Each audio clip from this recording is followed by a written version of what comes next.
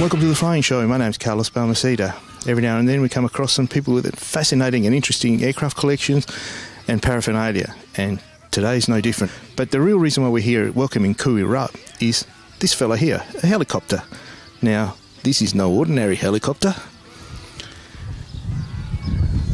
This is a Mosquito helicopter.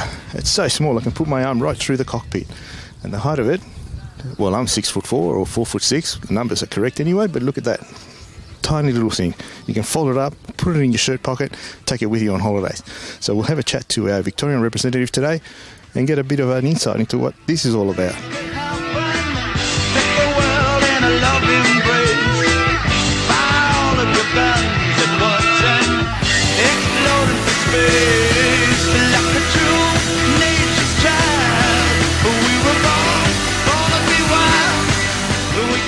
Now I've got here with me Mike Ringdell. We're going to get the name right. Now you're the Australian and New Zealand distributor for the Mosquito, is that right? That's correct, yes. I've just recently, probably about a year ago now, taken over the distribution ship for the Mosquitoes in this part of the world, and things have quietened down a bit in New Zealand. Seem to be a few issues in New Zealand, so I'm also covering the New Zealand area. Yeah. Now, mate, it's a fantastic little aircraft, I tell you. You can actually put this in the back of a trailer and take it with you. You couldn't. Oh yeah, most certainly. In fact, people do that quite often. If you look at some videos and some shots around, you'll see John Updegrove, the man who designed the running gear of this machine, regularly drives around. He drives down from Canada, from Calgary down to Oshkosh, and of course you'll see them photographs and trailers and various other things. Yeah, well that's the thing. I mean, you don't actually need hangarage. You can probably store it in your backyard or in your garage, couldn't you? Yep, it fits very well in a single car garage. If you need a little bit more space, the rotors come off. There's 4 bolts on the rotors. You loosen the controls, 4 bolts on the rotors, and the rotors come off. Yeah, with helicopters, sorry to interrupt, I've learned about the Jesus nut. The Jesus nut. Has that got a Jesus nut on it? No, slightly different design. That's really dates back to the UEs. They would always talk about the nut, and it'd be a very important inspection.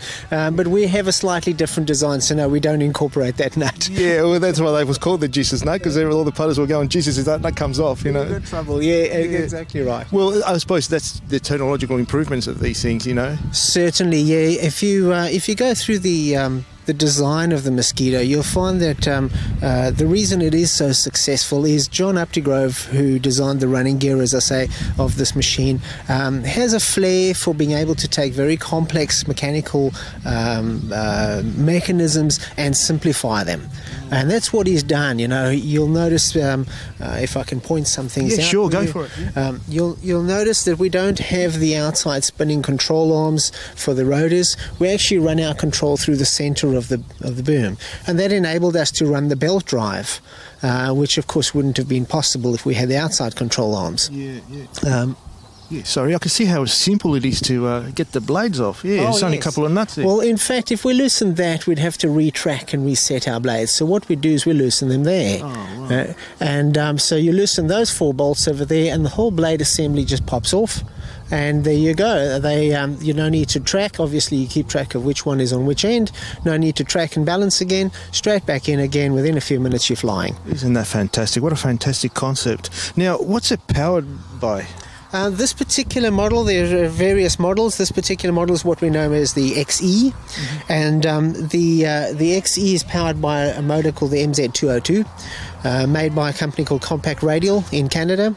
They work fairly closely with us. It is a variety or version of this motor specifically for the Mosquito, and so it's about a 64 horsepower air-cooled 2-cylinder motor. Oh, fantastic. Now, some of the myths about helicopters that, once that fella stops rotating, you can kiss it goodbye. Now, what is the story? Oh, right, okay. The old story of the fan stops, the pilot starts sweating. It's just there to keep the pilot cool. No, this is very true. In fact, this is one of the things the Mosquito do very well, and that's auto rotation. So if you have a look around, there's a lot of footage on this Mosquito. It's been in production for about 11 years now, so it's not a new thing, and that's why there's a lot of footage on them out at the moment. You'll find some very, very impressive hovering and auto rotation.